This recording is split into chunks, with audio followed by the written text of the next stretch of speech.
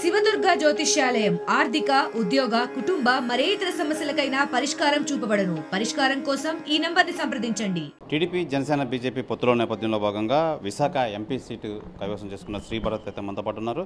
Sir నమస్తే sir. Sir ఇప్పటివరకు చాలా రోజులు వెయిట్ చేసి మొత్తానికి ఖరారైంది. ఫస్ట్ నుంచి మీరు అనుకున్నారు ఏ విధంగా ముందుకెళ్ళబోతున్నారు, ఎంపీగా ఏ విధంగా సేవలు చేయబోతున్నారు విశాఖకి? ఒకటి అసలు ఎలక్షన్స్ ఎట్లా చేయబోతున్నారని మీరు అడుగుతారనుకున్నాను. ఎంపీ ఆల్రెడీ గెలిచేసామని మీరు భావిస్తున్నారేమో. 50 days ఎలక్షన్స్ ఫస్ట్ సిన్సియర్గా చేయాలి. జనాలు అయితే వన్ సైడెడ్గా ఉన్నారనేది ఎక్కడికి వెళ్ళినా సరే ఆ అభిప్రాయం అయితే తెలుస్తుంది. కానీ పనిచేసే బాధ్యత మాది. ఎక్కడైనా సరే ఏదైనా ఇబ్బందులు ఉంటే అది కూడా కవర్ చేసుకునే బాధ్యత మాకుంది. ఎందుకంటే 7 నియోజకవర్గాల్లో ప్రతి పాకెట్ మాకు అనుకూలంగా ఉంటుందని చెప్పలేం కదా. మాకు 60-65% పడినా 30-35% కూడా ఆపోజిషన్కి పడుతుంది. కాబట్టి ప్రతి ఒక్కరికి మేము వెళ్ళి మా ప్రచారం చేసే ప్రయత్నం అయితే చేస్తాము. ఉత్తరాంధ్రకి వచ్చేసరికి గతంలో వీళ్ళు ఉత్తరాంధ్రకు చాలా చేస్తారని వైఎస్ఆర్సీపీ చేసి చూపించుకోవడానికి ఏమీ లేదు. కాబట్టి జనాలు కూడా కొంచెం విసుగెత్తిపోయి ఉన్నారు. ఒక ప్రశాంతత, లా అండ్ ఆర్డర్ ఉన్న విశాఖ నగరాన్ని ఇవాళ ఎక్కడ చూసినా న్యూస్లో కబ్జాలు, ఎవరినో కొట్టేయడము, అక్కడ ఎంఆర్ఓ చనిపోవడం అనేది చాలా బాధాకరం. ఇట్లాంటి సంఘటనలు అనేది జనాలు స్వీకరించరు. సో పరిపాలన మార్పు కోసం జనాలు కోరుకుంటున్నారు. దానికి మేమందరం కృషి చేసి తెలుగుదేశం, జనసేన, బీజేపీ కూటమి ప్రభుత్వం లోపలికి తెస్తాం. ఇప్పుడు గెలిచిన తర్వాత ఏం చేస్తాము అంటే విశాఖ నగరానికి చేయడానికి చాలా ఉంది. త్వరలో కార్యాచరణ ఏంటి, ఏం చేయబోతున్నాం అనేది కూడా మీ అందరి ముందు రిలీజ్ చేస్తాము. అయితే జీవీఎంసీ బడ్జెట్ దానికి సరిపోదు. దానికి ఇంకా మనకు కావాలి. రాష్ట్రంలో ఆదాయం పెంచే పనిలో చంద్రబాబు నాయుడు గారు ఎట్లాగో చేస్తారు. 5 ఏళ్ళలో విపరీతమైన ఆదాయం పెంచుతామని ఆంధ్ర రాష్ట్రానికి మాకు నమ్మకం ఉంది. కానీ వెంటనే చేయడానికి కేంద్ర ప్రభుత్వం సహాయం అయితే కావాలి.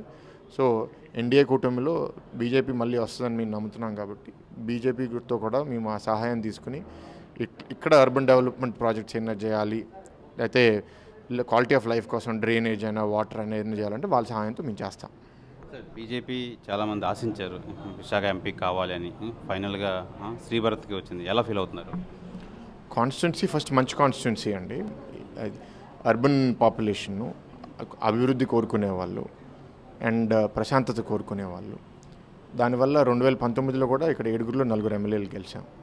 ఇవాళ 7గురిలో 7 గెలిచే పరిస్థితిలో మేము ఉన్నాం.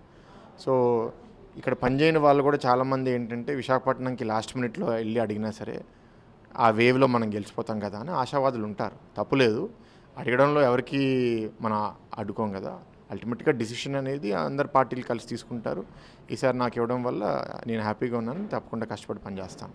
మీ అపోనెంట్ అయిన వైఎస్ఆర్సీపీ ఎంపీ బొత్స ఝాన్సీ లక్ష్మి, ఆవిడకి ఆల్రెడీ ఇంతకుముందు ఎంపీ చేసిన ఎక్స్పీరియన్స్ ఉంది. అలాగే ఒక లేడీ, ఏ విధంగా ఆవిడని అధిగమించి ఏ విధంగా ముందుకెళ్ళిపోతారు? ఇక్కడ చూసినంత వరకు మీకు విశాఖపట్నంలో ఒక కాస్టు, ఒక రిలీజను, ఒక జెండరు అనేది ఎక్కువ మంది చూడరు. మొన్న మీరు ఎమ్మెల్సీ ఎలక్షన్స్ కూడా చూస్తే మేము జస్ట్ నెల అనగా మా అభ్యర్థిని తెచ్చుకున్నాము. ఆయనకు అసలు రాజకీయానికి పరిచయం కూడా లేదు. ఆయన వచ్చి పోటీ చేస్తే ఏమో అందుకోగలుగుతాడు లేదా అన్నారు. కానీ 16% లీడ్తో ఆయన గెలిచారు. ఆ 30 రోజులు 20 రోజులు మా లీడర్స్, కార్యకర్తల పరిచయం కార్యక్రమాల్లోనే అయిపోయింది. యాక్చువల్గా వెళ్ళి ప్రచారం చేసింది 10 రోజులు. సో ఇక్కడ పీపుల్ ఏంటి అంటే ఎవరు మాకు మంచి నాయకులు అవుతారు, ఎవరికి మంచి ఆలోచన ఉంది, ఎవరు మాకు భవిష్యత్తులో ఇక్కడ మేము అనుకుని చేయగలుగుతారని నమ్ముతారు, వాళ్ళకి చేస్తారు. అండ్ అవతల వాళ్ళ క్రెడెన్షియల్స్ వాళ్ళకు ఉంటాయి, వాళ్ళు చెప్పుకుంటారు. దాన్ని నేనేమి కించపరచాల్సిన అవసరం లేదు.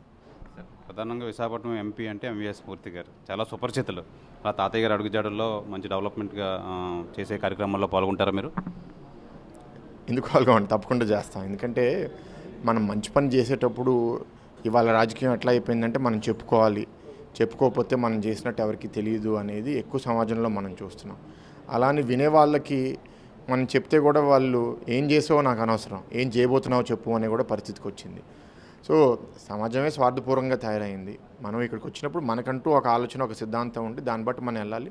కొన్నిసార్లు దానివల్ల మనకి ప్రశంసలు వస్తాయి, కొన్నిసార్లు మనం చేసినట్టు ఎవరికి తెలియదు. కానీ ప్రతిదీ మనం చేసేది తెలవాలని కోరుకోకూడదు. మనం ఏది మంచి అనుకుంటామో అది చేయాలి. మూర్తి గారు కూడా అట్లా చాలా చేశారు.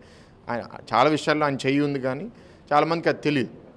సో నా నేచర్ కూడా కొంచెం దానికి దగ్గరగా ఉంటుంది. గెలుపు కోసం మనం ఎంతో కొంత చేసింది తెలియకపోతే ఓటేయరు, అంతవరకు తెలిస్తే చాలు. దాని మించి అన్నీ నేను చేసినవన్నీ చెప్పుకోవాల్సిన అవసరం లేదని నేను అనుకుంటాను. వైఎస్ఆర్సీపీ ప్రధానంగా వై నాట్ 175 అనే దిశగా ముందుకు వెళ్తున్నారు.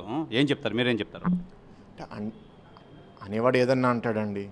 దానికి ఇంకా అర్థమే ఉంది. సో రైట్ నౌ వాళ్ళు ఓడిపోతున్నారని భయపడుతున్నారు కాబట్టి మమ్మల్ని అటాక్ చేస్తున్నారు. ఇప్పుడు వై నాట్ 175 అని పనిచేసే వాళ్ళు ఎందుకు మా గురించి భయపడాలి? ఇప్పుడు చట్టాలు ఉంటాయి, పుట్టి మా ఒకరికే వర్తిస్తాయి. కొత్త చట్టాలు ఇంట్రడ్యూస్ చేస్తారు, అది కూడా మా ఒకరికే వర్తిస్తుంది. కోవిడ్లో చూడండి, దాని తర్వాత జియో నెంబర్ 1 చూడండి, ర్యాలీస్ ఏమో మేము చేయకూడదు, వైసీపీ వాళ్ళు చేసుకోవచ్చు.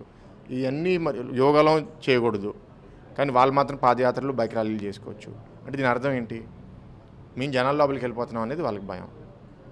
So I don't fall for that. జనాలు కూడా పడరు, నేను పడితే పర్వాలేదు, జనాలకు కూడా అర్థమైపోయింది దట్ వీళ్ళు ఫాల్స్ గంభీరం అంటారు, మేకపోతే గంభీరం అనే టైప్లో ఉంది వాళ్ళ.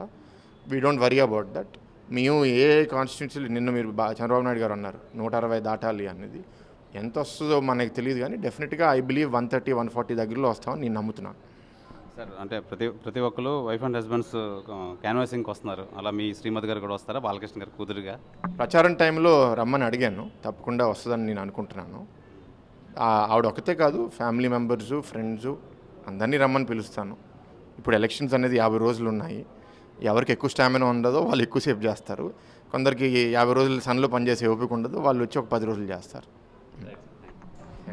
ఇది కూటమి అభ్యర్థి ఎంపీ అభ్యర్థి శ్రీభరత్ తెలియజేస్తున్నారు. కంపల్సరీగా తాతయ్య గారు అడుగుజాడలో నడుస్తాం. తాతయ్య గారు అయితే ఈ ఎంవీఎస్ మూర్తి ఏ విధంగా డెవలప్మెంట్ చేశారో అదే కోణంలో కూడా వెళ్ళి ఈ విశాఖని అభివృద్ధి పదంలో నడిపించే ప్రయత్నం అయితే చేస్తానని చెప్పి ఎంపీ అభ్యర్థి శ్రీభరత్ అయితే తెలియజేస్తున్నారు. కెమెరామెన్ అజయ్తో శివరామకృష్ణ, RTV, విశాఖపట్నం నుంచి. మరిన్ని వీడియోస్ కోసం ఛానల్ ని సబ్స్క్రైబ్ చేయండి, లేటెస్ట్ అప్డేట్స్ కోసం వాట్సాప్ ఛానల్ ని ఫాలో చేయండి, అండ్ లింక్ డిస్క్రిప్షన్ లో ఉంది.